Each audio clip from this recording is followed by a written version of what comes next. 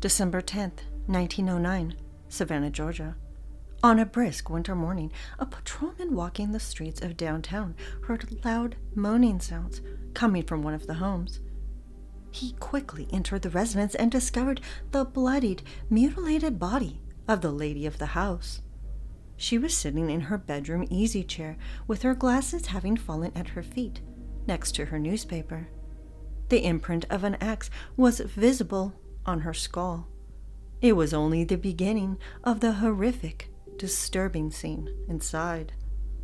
Who was this lady of the house, and who was the monster who viciously killed her during the holiday season?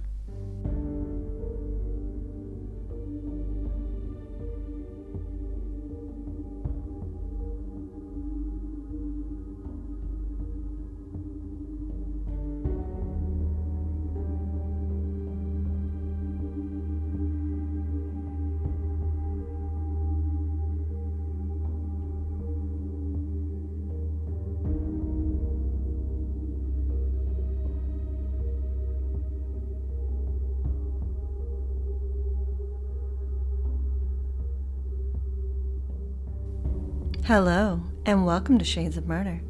In this show, I discuss cases of murder around the world and throughout history, attempting to unravel the layers of darkness that help make humans into monsters. Please be forewarned that each episode contains specific and at times very graphic and disturbing details of the case. The show is not intended for all audiences, and listener discretion is strongly advised. The holiday season represents peace, love, and celebration with our loved ones. Most of society does not equate Christmas with death, but some of the most horrific homicides in history have occurred during the coziest and most festive time of the year. It is not just the media.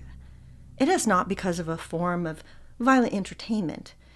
It is not a sign of a 21st century state of mind that is to blame. Nothing can be the true source of blame except humans who unleash the monster lurking inside of them. This last episode before 2025 takes place in the early 20th century and serves as a clear reminder that darkness in humanity has been and will always be with us. The history of Savannah, Georgia is rich and fascinating. It expresses itself in its present-day culture and the unique spirit of the town. It is also critical to help paint a clear setting and understand the cultural context of these murders. Founded by General James Oglethorpe in 1733, Savannah became the first city of the state of Georgia, which was the 13th and final colony of the Americas. Under its original laws, people were free to worship as they chose, and slavery, rum, and lawyers were all forbidden. This, unfortunately, would not last. Contrary to most settlements in America during this time, General Oglethorpe reached out in peace to the local Yamacraw native chief, Tomochichi. Together, they helped to prevent conflict and warfare between the new residents of Georgia and the indigenous people. Due to this, the town prospered and thrived in ways that many of the early colonies did not. Savannah became the nation's first planned city. Designed in a series of grids, this offered space for wide open streets to intertwine with its many beautiful public squares and parks. They provided areas for business to be conducted and for people to meet. As of the present day, 22 of the original 24 squares still exist in town. They exemplified the allure of the charming and beautiful historic district of Savannah. Savannah was taken by the British during the American Revolution in 1778, and it would not be free until 1782. At this time, farmers in the region realized how rich the soil was and how perfect the climate was there to grow cotton and rice.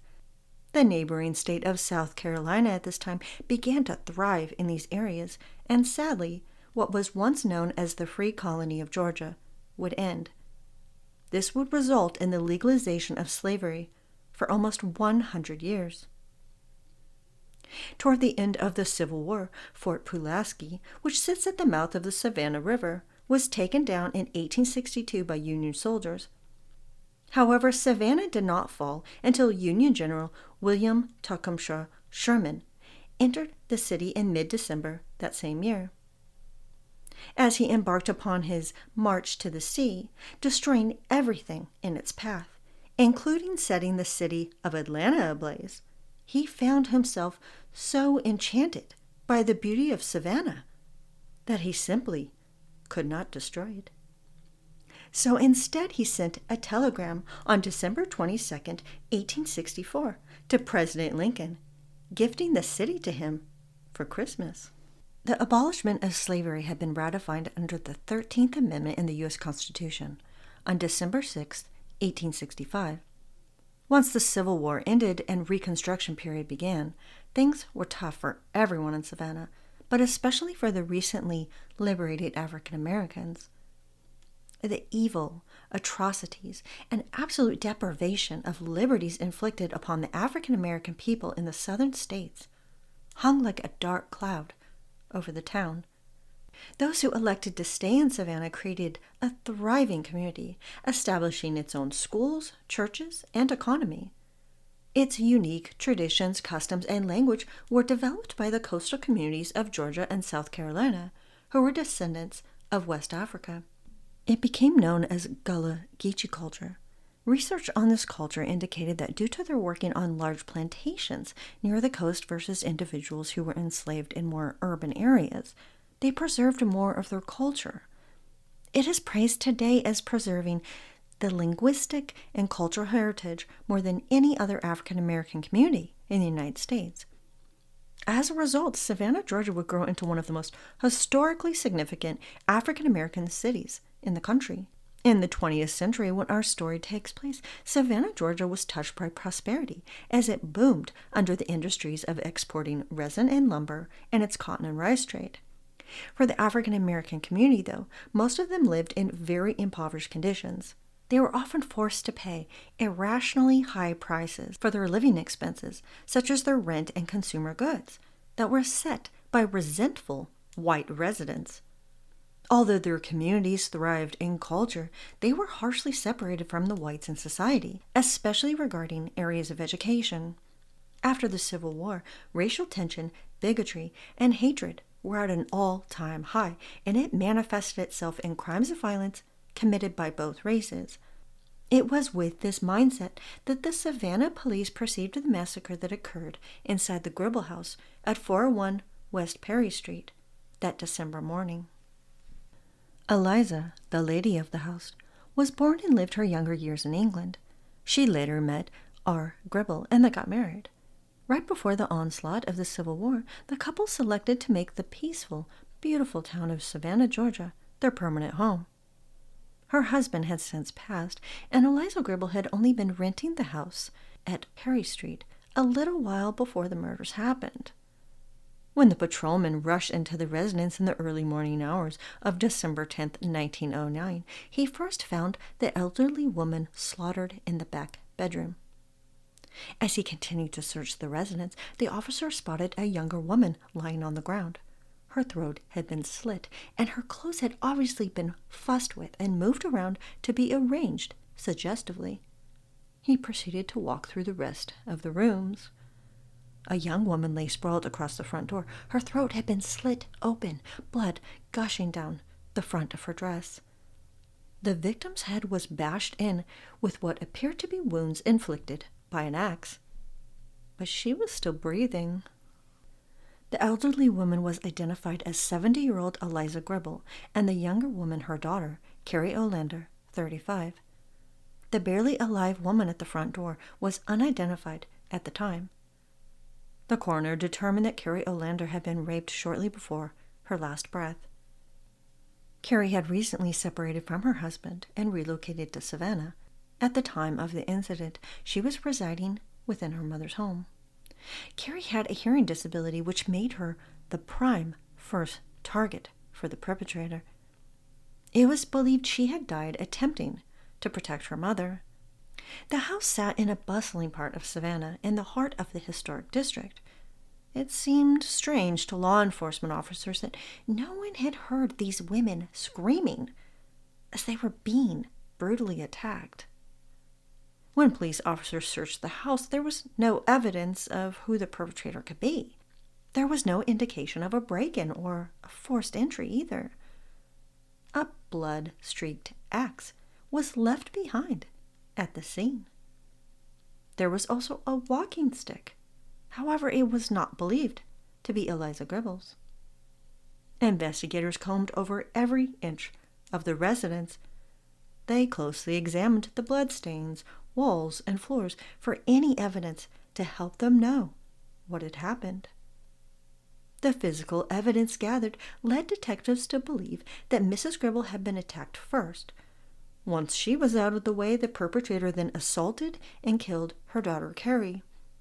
The offender was not aware, though, that a third woman was in the house.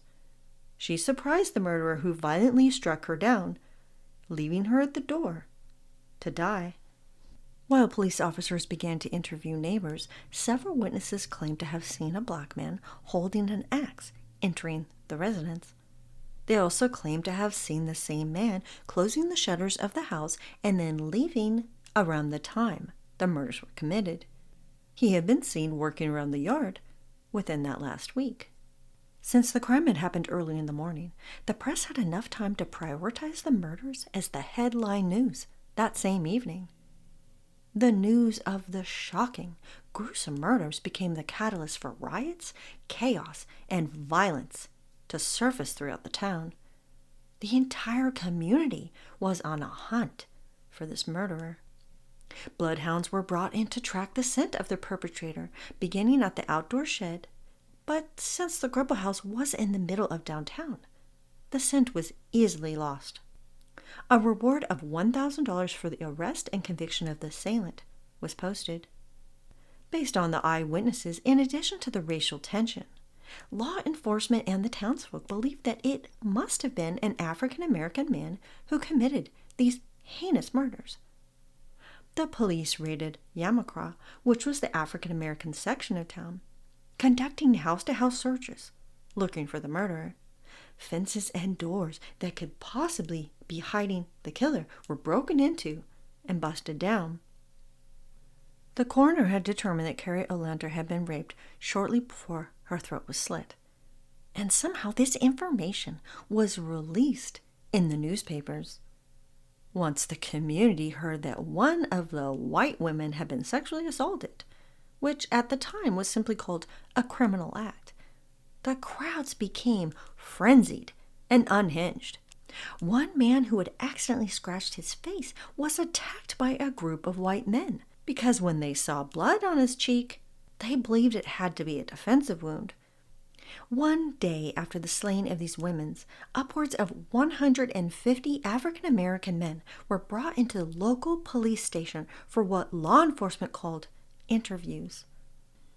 Any man who even remotely resembled the description of the perpetrator, which was a black man, approximately 28 years old and slender built, was pulled from their homes and thrown into jail.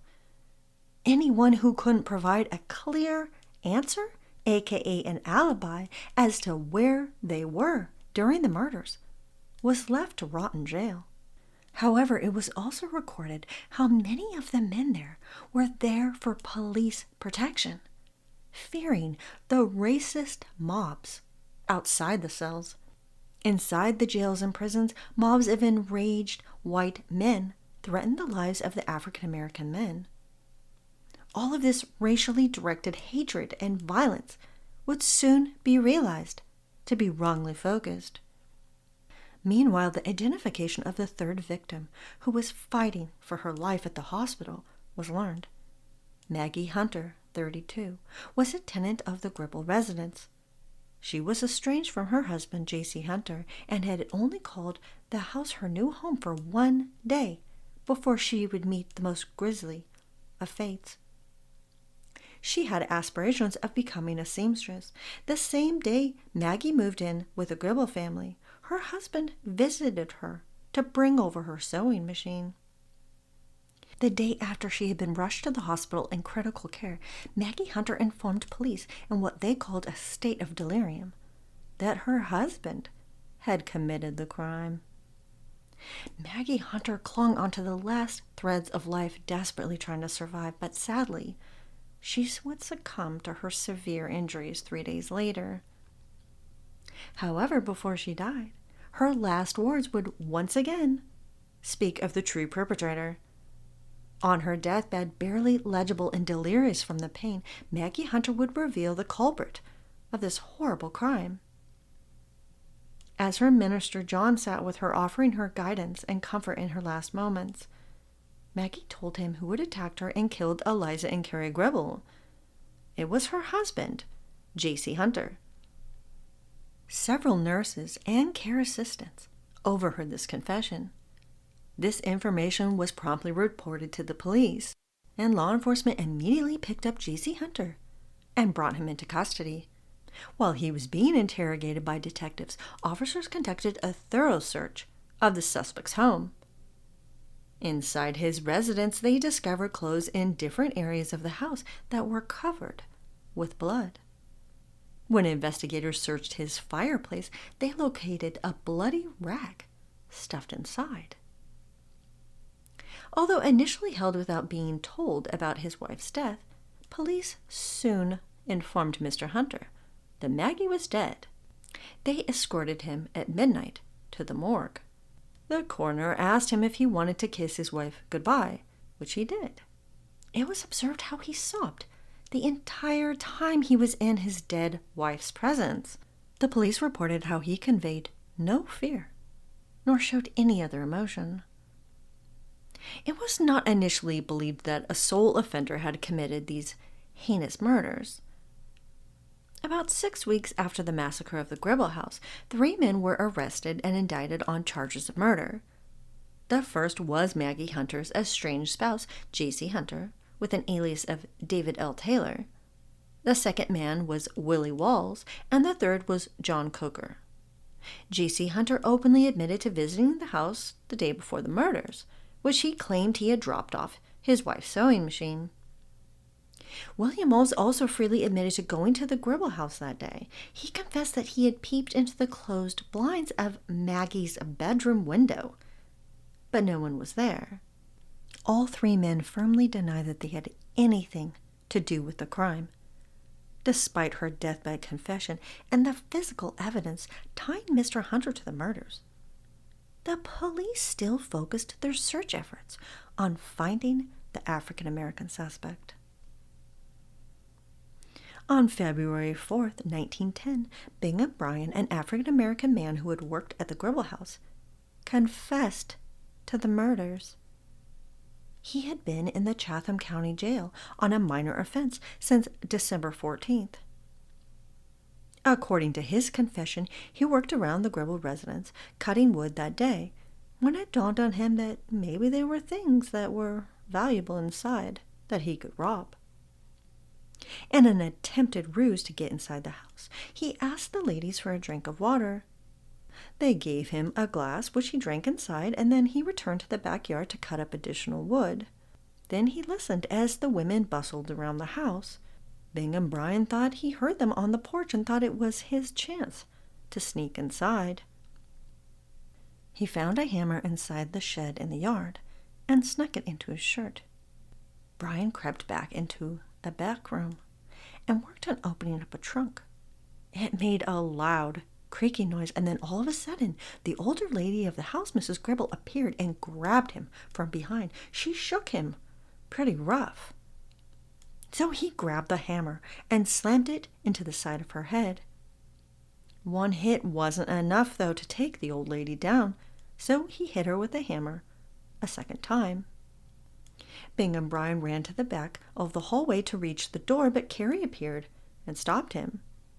He struck the young woman with his fist and then hit the side of her head with a hammer, wounding her badly but not killing her. Then a noise interrupted his plan to leave as someone was at the front door, attempting to come inside. Bryan pushed back on the door using all his strength to stop the person from entering. It was Maggie. and she pushed the door inwards and grabbed him. Brian grabbed her by the throat, choking her. He held up the hammer and struck her once. The woman fell to the floor, but she was still alive. Bingham Brian entered the back room again and continued to attempt to pry open the trunk. He was very disappointed when he found only women's clothes inside. He sprinted from the house into the yard and crept up the gate to see if there were any prying eyes. Brian quickly left the premises and returned to his own home. There he asked Matilda, who may have been his wife, but his relationship with this woman was not recorded. She washed his blood-soiled pants. Brian hid the hammer behind a trunk along with a pile of his old clothes. Brian then went up to Eden, a nearby town, and gave 2 blood-covered shirts to a woman named Phoebe to wash. The police were hell-bent on believing that these murders were committed by Bingham Brian because he was sexually motivated to assault Mrs. Carrie Olander. However, nothing within the police's investigation of him could link him to this crime. All 3 women were literally hacked to pieces. To the best of my knowledge, no hammer exists that could elicit the degree and type of bodily harm an axe can. I have no idea whether or not this was part of what led the prosecution to ultimately not pursue any criminal charges against Mr. Brian, but common sense would tell me it was one reason. His confession, though, alone held him in jail for over a year, while the prosecution determined who was the true guilty party behind the brutal triple murder.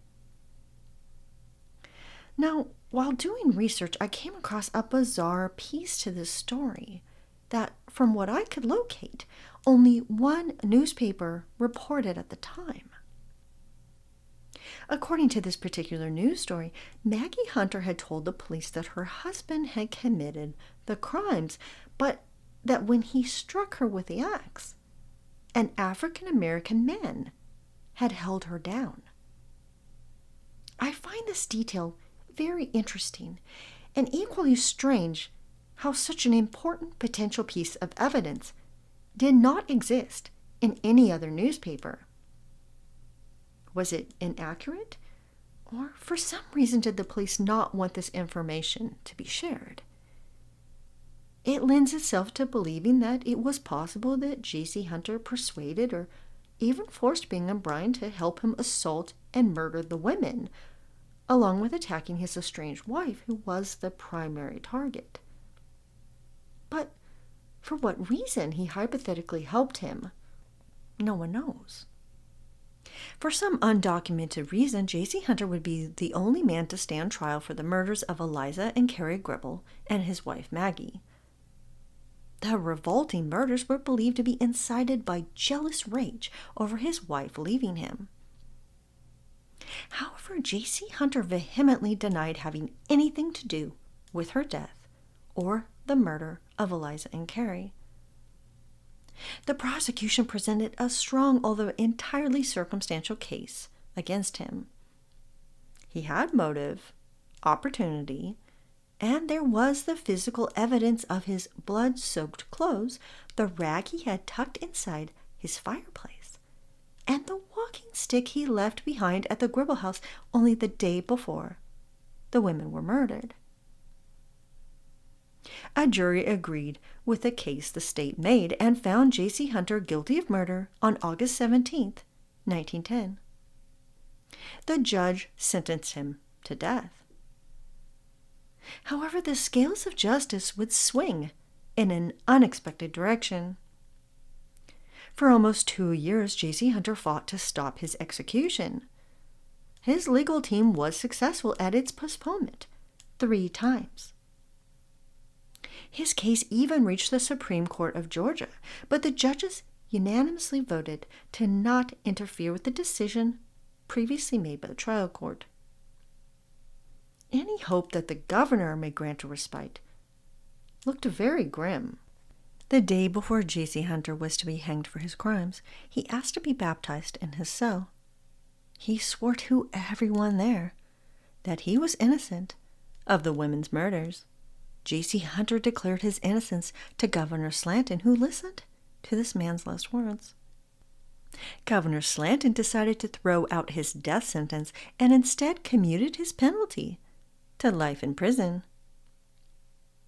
This is not where justice laid her final judgment, though, because on October 27, 1923, the man who was supposed to die for the brutal slaying of 3 helpless women was pardoned by the governor. J.C. Hunter, the man who was convicted of slaughtering 3 women, including his wife, with an axe, was now a free man. His conviction was not overturned. He was not exonerated. All records of the courts believed that J.C. Hunter was the sole perpetrator who had butchered these women, and the governor let him out. There would be no justice for Eliza and Carrie Gribble, or his wife Maggie. There is no record as to why the governor pardoned him. Was it J.C. Hunter's claim that he was now a Christian? Did he believe that J.C. Hunter was actually innocent? Or was there a reason, perhaps more ominous? Of course, in his position of power, he didn't have to provide one. I find it very disturbing how governors and presidents have the power to reverse the wheels of justice. Whether it is to express their belief that the person is innocent, redeemable, or doesn't deserve the harsh penalty they received, it is very dictatorial for them to have this kind of power and authority. Now, granted, there are way too many wrongful convictions that should be reversed, but that only happens through the appellate process. The courts don't just decide out of nowhere for no legitimate reason to let someone out of prison who has been convicted of first-degree murder, because they legally can't authorize such an action. Why is it that governors and presidents are beyond the law and can select and choose people to no longer serve their sentence? This goes against the entire vein of our criminal justice system. This man, who by all accounts committed one of the most violent crimes in history, definitely in Georgia, was released by the system 13 years later so he could live the rest of his years. There is no information as to what J.C. Hunter did with the rest of his life. I can't help but think these women were perceived by at least some in their community as being less innocent and therefore their lives less valuable based on their marital circumstances. Women during the beginning of the 20th century had very few rights or liberties and were expected to be married and have babies. White men in society sought to protect white women's bodies and minds and wanted them safely secure in their assigned societal bubbles. They were not encouraged to work, be educated, or speak their opinions unless strictly asked. For women in the southern states, the role of mother and wife was not only expected but endorsed by the majority of women, particularly white women. The average southern white woman was not fighting to gain equal rights, much less the right to vote. For context, it was not until 1970, 50 years after the U.S. Constitution was amended to give women the right to vote, that the legislature of Georgia officially acknowledged this right. It was a very popular view that women don't need to be involved in political affairs, and many women believed their soft influence upon their fathers, husbands, and sons was more than enough. Not only were Carrie Olander and Maggie Hunter not mothers, even though they were already in their early 30s, which in this era would have been deemed getting a little old to start a family. They were both estranged from their husbands by choice. By all definition, these two women were absolute rebels. For personal reasons that were never recorded, both were unhappy in their marriages and wanted to be free. Carrie and Maggie were strong and independent enough to separate from their husbands and create new lives for themselves. This kind of behavior would have been shocking, even scandalous, and considered sinful to the residents of Savannah, Georgia at this time. It is clear by its initial response and behavior that the town was appalled and terrified by what had happened to these women.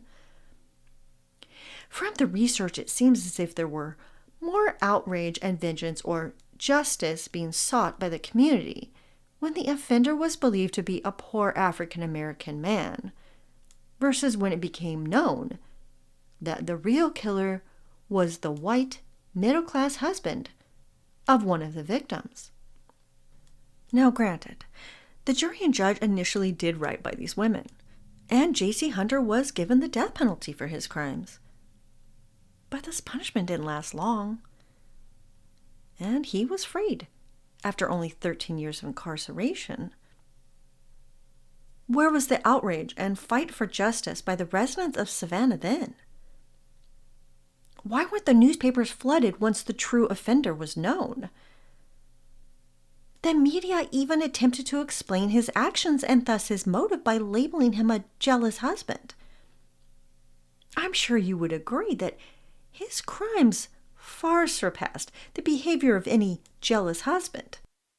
Shooting, stabbing, or strangling his wife in a moment of rage that she dared leave him? That would be plausible. Hunting down and mutilating 3 women with an axe? 2 who were not involved in the decision of Maggie leaving her husband at all, how they barely knew her, does not equate to jealous fury. J.C. Hunter's actions were of pure, premeditated evil.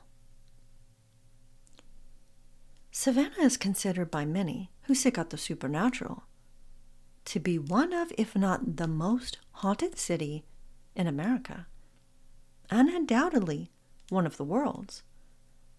With its history deeply rooted in slavery, the Civil War, and Jim Crow laws, it is impossible to deny that this enchanting city has long had an ominous side. From town square hangings, terrible plagues, and mysterious murders, Savannah, Georgia has a close relationship with death. The evil that unfolded at the Gribble house on that cold winter day on December 10th, 1909, is considered by many to be the city's most sinister act of murder. The original Gribble house was torn down in 1944 and built into a garage, which I presume was for residential and tourist parking. A warehouse was later built where the massacre occurred. But it is said that the women who once lived at 401 West Perry Street have never left the site of their home. Savannah is well known for its ghost encounters and supernatural tours, and the warehouse is one of its most popular attractions. Countless visitors report hearing voices of the dead. The shadow of a man is often seen running around the warehouse. People speak of seeing a woman in white lurking in the corner. There is a room that was once used to house the enslaved. It is this room that tourists have the most encounters in. It is said that some have been warned to leave and then are touched. Others tell of forces touching their hair and even appear with mysterious scratches when they leave. These women who were senselessly hacked to pieces will not allow the citizens of Savannah, Georgia, forget the violence they faced and the injustice they were given. As this year comes to a close, I want to thank you all sincerely for listening to and supporting my show. Each one of you matters more than you know. I would like to humbly ask that if you haven't already done so, please follow or subscribe on your listening platform of choice. If you enjoy what I do, please leave a 5-star rating for me on Spotify or Apple. Consider writing a review and share my podcast with a friend. These little things can make a huge difference in helping others like yourselves discover shades of murder. Thank you, and may you all have the most beautiful and magical of holidays. Until next time, stay safe and watch out for shades of murder happening in the streets, next door, and especially inside your own home. Shades of Murder is created, researched, written, and edited by Alita Caldwell. Original music composed by Stereo Code.